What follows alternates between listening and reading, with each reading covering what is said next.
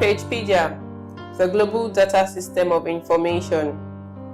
It is with utmost humility and sincerity that we present Engineer Vincent Maduka, First Director General of Nigeria Television Authority, as a living testament and recollection of history in the making in our generation.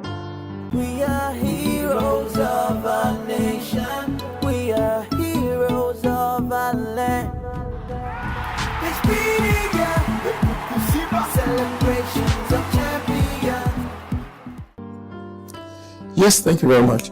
My name is Vincent Ifeanyi Chukwu Maduka. I'm also called Bamidele Maduka. I'm not a doctor. I'm either a plain minister or engineer. I hold a chieftaincy title of my ancestral home in Ela, which is in Delta State, but 20-30 minutes by road from Asaba, Delta State. And the title is Oketa, but doctor. No, thank you. I was born in Lagos, in the Pagepedia area of Lagos in 1935, 5th October 1935, and I attended government school Lagos, which was in the Sangros area near Takma Street, in that same Pagepedia area of Lagos. From there, I went up to King's College, Lagos, where I did the school certificate and the higher school certificate exams. School certificate in 1953, higher school certificate in 1955. I had gone to King's College with an entrance scholarship, which was full boarding scholarship awarded to the 4 best candidates in the entrance examination. Then after the high school certificate, I began to teach as a pupil teacher, just a junior teacher, waiting to go into university, which was to be in October of 1956. So I entered the University of Leeds in England in October 1956, where I read electrical engineering and graduated in 1959. So in 1961, I returned to Nigeria and joined WNTV, WNBS, the first TV station in Africa. I joined it as an engineer and rose from there to become the chief engineer in 1969, and then the general manager and chief executive in 1973. 1967, I left Ibadan to go to Ireland, Dublin, Ireland, at the University College Dublin, to take a master's degree, and that degree was in applied acoustics. While I was there, I got married to my girlfriend, who was an assistant lecturer in the University of Ife, as it was called then, before it became Obafemi Awolowo University later. And we got married in 1967 and had our first child in 1968 in Ireland. And in 1973, I was appointed the general manager and chief executive of WNTV, WNBS under engineer Oyeleye. I was appointed the first director general of NTA in 1977. I was there the whole of 85, and halfway through 86, I retired voluntarily and started a consulting company in engineering and management, engineering, broadcasting and management.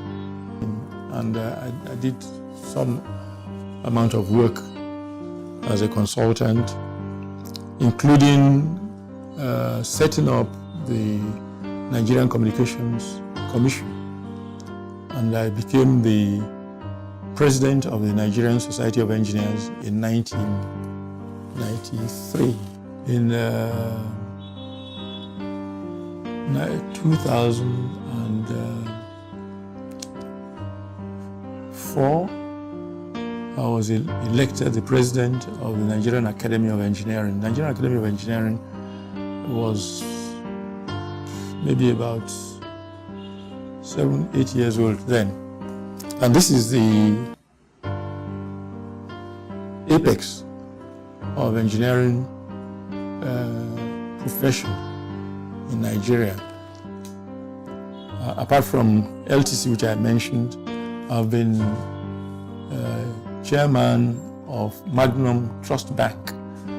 This was a bank that then merged during the consolidation years, about 1970, about 2006 perhaps, 2005, 2006. They merged to form Sterling Bank. In 2003, I was conferred with the national honor of OFR, Officer of the Federal Republic. And I'd also been associated with the church administration of my parish. I'm a Roman Catholic, and I was, for one time, the vice chairman of the parish council.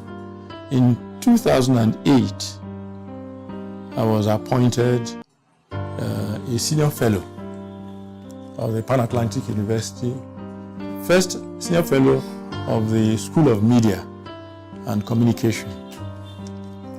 And when the university was accorded full university status, or the institution was accorded full university status, the Lagos Business School and the School of Media and Communication were the first two schools or faculties of that university, Pan-Atlantic University. And I've been in that position till the summer of this year. I taught leadership in media enterprise. I taught creativity and innovation in media enterprise. And I just stepped down at the end of the current, or I'm stepping down at the end of this current session. So when this class graduates, I will cease to be on the faculty, either full-time or I don't know whatever, or as adjunct fellow of the university. As a school boy or university undergraduate, I played hockey and cricket. These were games which I used to tell myself relied more on skill than on brawn. I was never muscled.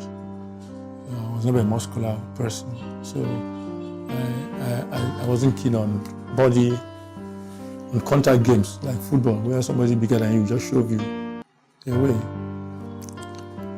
I think generally that's what I call my career. Up to now, I have 4 children, 2 female and 2 male.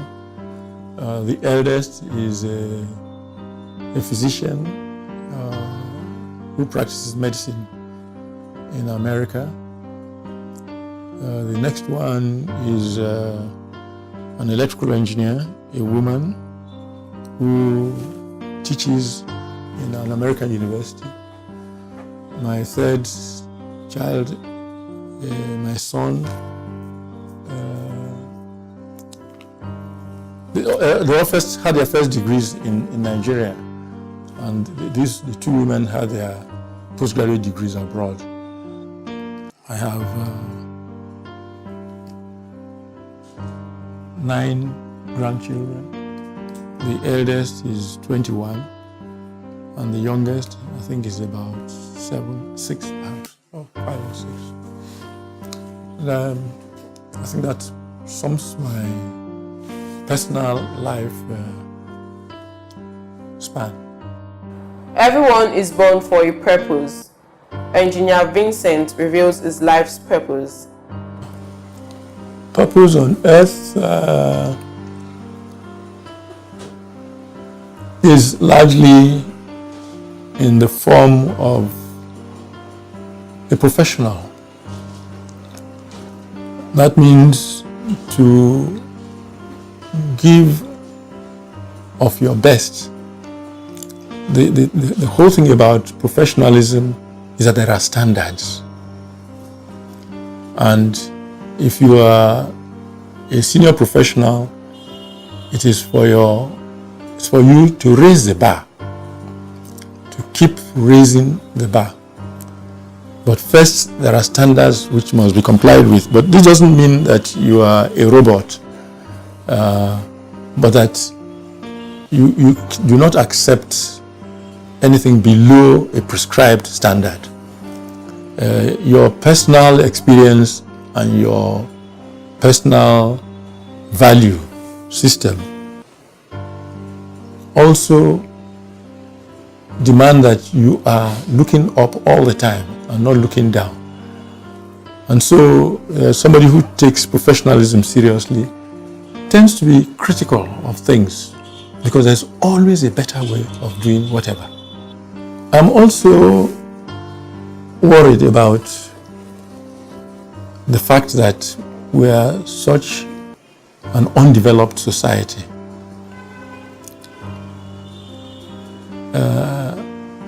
And if you look at every society in history,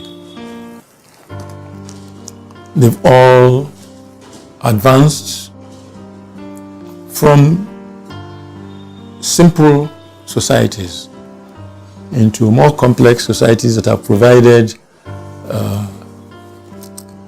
human security, human happiness, and accomplishment through knowledge and work. And I tend to be critical. Why can't we do better? Why can't we achieve more? And that will happen if we work hard and we aspire to do just about anything better than we are doing, and not be contented with mediocrity, not to try and cut corners, and not to glorify ignorance and glorify mere accumulation of wealth. Really, you cannot accumulate wealth properly unless you work well and hard. So I find that the black man is looked down upon everywhere. Everybody looks down on the black man. What has he achieved? So we mustn't have a sense of inferiority as human beings. But then what must we do to enter the modern human club? And that is hard work and application of knowledge and honesty, where we ought to be as a people, as a nation. And so what they call the black man's burden is something I think we ought to take up and work at. What legacy would Engineer Maduka like to leave behind? I want to be remembered as a true professional person and a decent person. You can be so professional that you don't have time for other human beings. On the other hand, you can be such a nice person that you will cut corners even in areas where there are rules and proper guides and templates. So I believe in templates, professionalism. I believe in decency in relationship with other people, so that you can influence young people, and not for what you get, but because it's a good thing to do. That is, that you are not doing things for mere material benefit. There are higher ideals, higher expectations out of life that everybody should respect and believe in and use as a guide. So what I want to be remembered as is somebody who tried his bit to raise the black man. Some of the countries that are most developed in terms of human development indices, and that's not just the money they have, their longevity, their happiness, the lack of disease and misery and so on, do not have what we call natural resources. Their major assets are their human resources, which is not just numbers, but quality in terms of education and knowledge. And these are the things I would like that Nigeria takes seriously, and what I would like to contribute to. As a word of advice to the younger generation, he says, well, when I was growing up, education was available to very, very few people. And if you passed a school certificate, in fact, if you passed the Standard 6, which is the primary school leaving certificate, stark poverty was no longer your lot. You were never going to be truly poor for passing just the primary school leaving certificate or acquiring it. Then if you passed the secondary school exam, which was the Cambridge school certificate exam, what became later West African Examinations Council, you could become what we call senior service, which means it was a good chance you own a motor car in your life. If you had a degree, you were sure you'd own a motor car in your life. Today, you can have 2-3 degrees and not have a job. And so the incentive to take education seriously is low. Teachers were very respected in my time. They were well paid, but they had value in society. Unfortunately, today they don't. So the quality of those who are teachers, I must say, is lower than in my time, much, much lower in my time. The quality of their products is much lower. You could almost say pathetic in some areas. Partly because passing an exam or being educated did not bring you anything new. You looked down the road and those who were making money were those who were not educated or who were not highly educated. And so you didn't have that incentive that we had in our time. And my wish and my prayer is that we return to that, where knowledge and hard work mean that you will have a better life. Because then you have an incentive to do those two things, pursue education and work hard. So that's what I ask young people to aim for. Because that's what happens elsewhere. There's always the small number of people who have made money by means which we cannot accept as the best way. Every society has that. But it shouldn't become the standard. And it's now the minority who are going to work hard and who are going to pursue knowledge. Not the minority should be using that method to have a comfortable life. For the Pagepedia Videography Challenge, he nominates the following people whose lives are worthy of emulation.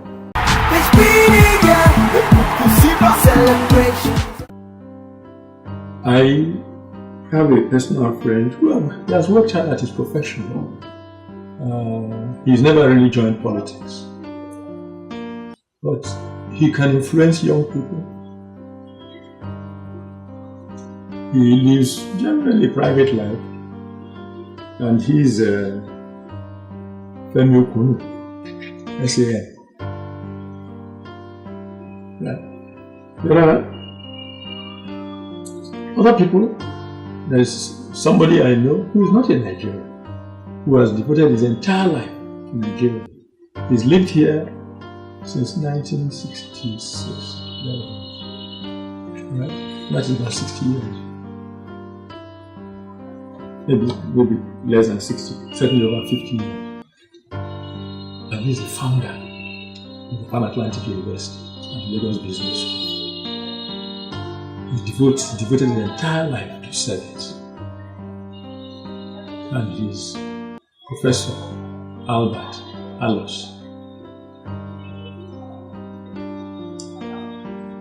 There are also young people whom I know who have very wide outlook on life, wide and deep, and they like this country to be a better country. And at every opportunity they have, they are trying to influence individuals and people they come in contact with to do so, because they are very broad-minded also. All these people I've mentioned are very broad-minded. They are not tribalistic, they are not ethnocentric people who like you only because you belong to their ethnic group or their religious affiliation. And one of them is Shola Labinjo, who is a medical doctor. He's a young man in his 60s, and he has a very open mind, very sound reasoning, and objective, and very hard working. He works very hard at his job. I have another young man in the same mold who is called Wale Irokosu. Wale Irokosu. He's a young lawyer. He's only in his 40s. He has very clear ideas where he would like to take this country, where he would like this country to go to. And he's also doing something about it, very quietly. So these are not mega money people, but people who can be role models and whom we could aspire to emulate.